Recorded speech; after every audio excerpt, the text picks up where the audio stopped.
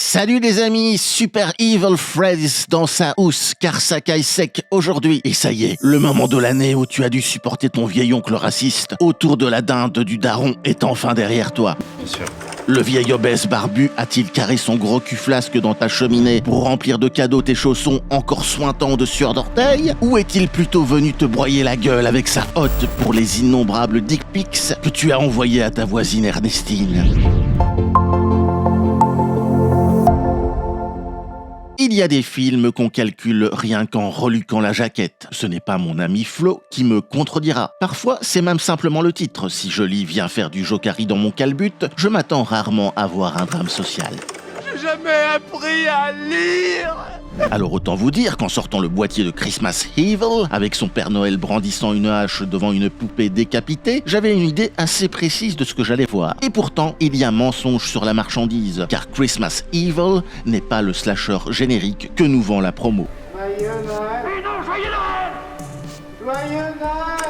Pour résumer, le film nous raconte l'histoire de Harry Stadling, un bonhomme traumatisé enfant, en voyant son père déguisé en Père Noël, se préparer à mettre le petit Jésus dans la crèche à maman. Devenu adulte, Harry a développé une aversion manifeste pour la sexualité et une fascination morbide pour la figure bedonnante de Santa Claus. Vivant toute l'année dans un décor rouge et vert, dormant en costume, espionnant de manière extra creepy les enfants du voisinage à la jumelle et consignant dans de gros livres les bonnes et les mauvaises actions de chacun. La lecture de magazines avec des pages qui collent, comptant apparemment pour 100 points dans le Book of Bad Guys. Travaillant dans une usine de jouets où il est moqué et exploité par ses collègues, Harry est au bord de l'implosion. Désabusé par l'hypocrisie qu'il perçoit tout autour de lui, Harry bascule finalement dans la folie, s'isole de son entourage et prépare sa tournée. Le soir de Noël, il part en costume distribuer ses tribus aux méritants. Mais c'est aussi une expédition punitive où les vilains n'auront que ce qu'ils méritent, c'est-à-dire des sacs de boue, des coups de hache dans la gueule et des objets contondants dans les globes oculaires, nous prouvant une fois de plus qu'il n'y a pas qu'Af le loup qui est fou. Mais c'est donc bien un slasher générique ce film, espèce de gros enculé, me direz-vous? Eh bien sur le fond, on pourrait le croire, mais c'est sur la forme que ce Christmas Evil se distingue. Car si on a bien ici le premier film de Père Noël meurtrier, si on exclut un segment du film Tales from the Crypt de 1972, les meurtres ne sont pas le point fort du film. À la place de l'alignement de macabre habituel, le métrage nous invite plutôt à être les témoins d'un mois dans la vie d'un homme au bord du précipice de la folie et d'assister au moment clé où il bascule définitivement. Mais c'est une folie qui a du sens et une logique à ses yeux, et c'est à travers eux que le film nous force sans cesse à regarder.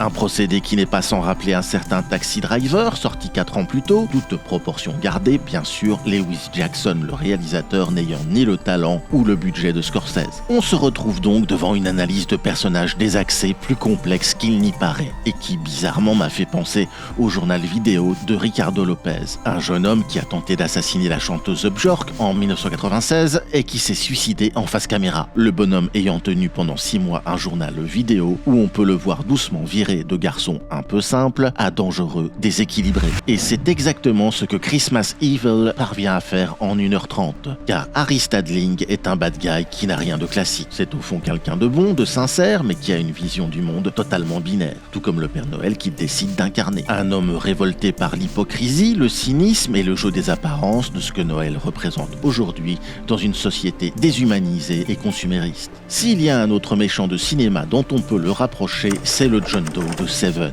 qui part en croisade contre le péché, qui dans nos sociétés est d'après lui devenu trop ordinaire. L'idée géniale de Lewis Jackson, c'est de donner ce rôle complexe de meurtrier puriste de Noël à Brandon Maggart, un comédien à la bouille éminemment sympathique et qui fut entre autres connu pour son rôle dans la série pour enfants Sesame Street durant les 70s. Maggart, complètement habité, oscille sans arrêt entre moments de bonheur exalté et de frénésie meurtrière. Un instant, il fracasse un crâne à la hache devant une église, l'autre, il danse gaiement dans une fête de Noël où il a été invité à entrer. Et lorsqu'avant de les quitter, il menace les enfants de ce qui leur arrivera s'ils n'écoutent pas leurs parents, le malaise est réel.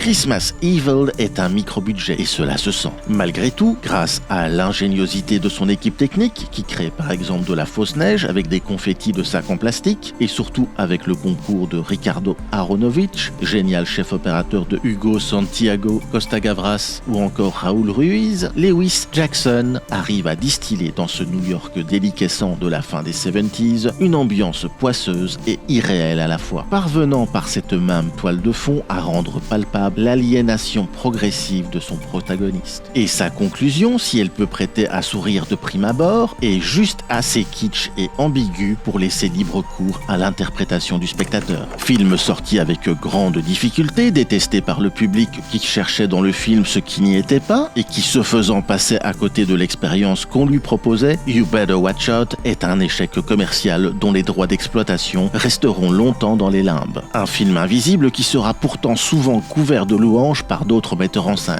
John Waters étant par exemple un adorateur du long métrage dans lequel il voit une analogie sur la transsexualité. Le héros ici ne voulant pas devenir une femme mais le Père Noël. Lewis Jackson récupérera finalement les droits exclusifs sur le film il y a une dizaine d'années et le ressortira sur les écrans américains. Tarantino, admirateur lui aussi, ouvrira plusieurs fois l'écran de son cinéma, le New Beverly, à la projection de Christmas Evil. Une expérience qui ne sera certainement pas du goût de tous. Je pense pour ma part que ce Père Noël-là est un slow burn, comme disent les Rosbif. Il prend son temps, mais si vous vous laissez aller à ses propositions, il vous marque durablement. Et sur ce, je vous présente mes bons vœux pour l'année qui commence. Qu'elle soit riche en découvertes cinématographiques. Merci aussi aux presque 650 abonnés qui m'accordent maintenant leur attention. N'hésitez pas à liker, à commenter ou à partager la vidéo si elle vous a plu. Et jusqu'à la prochaine fois, si vous envoyez des dick pics, assurez-vous surtout qu'elles aient toutes la banane.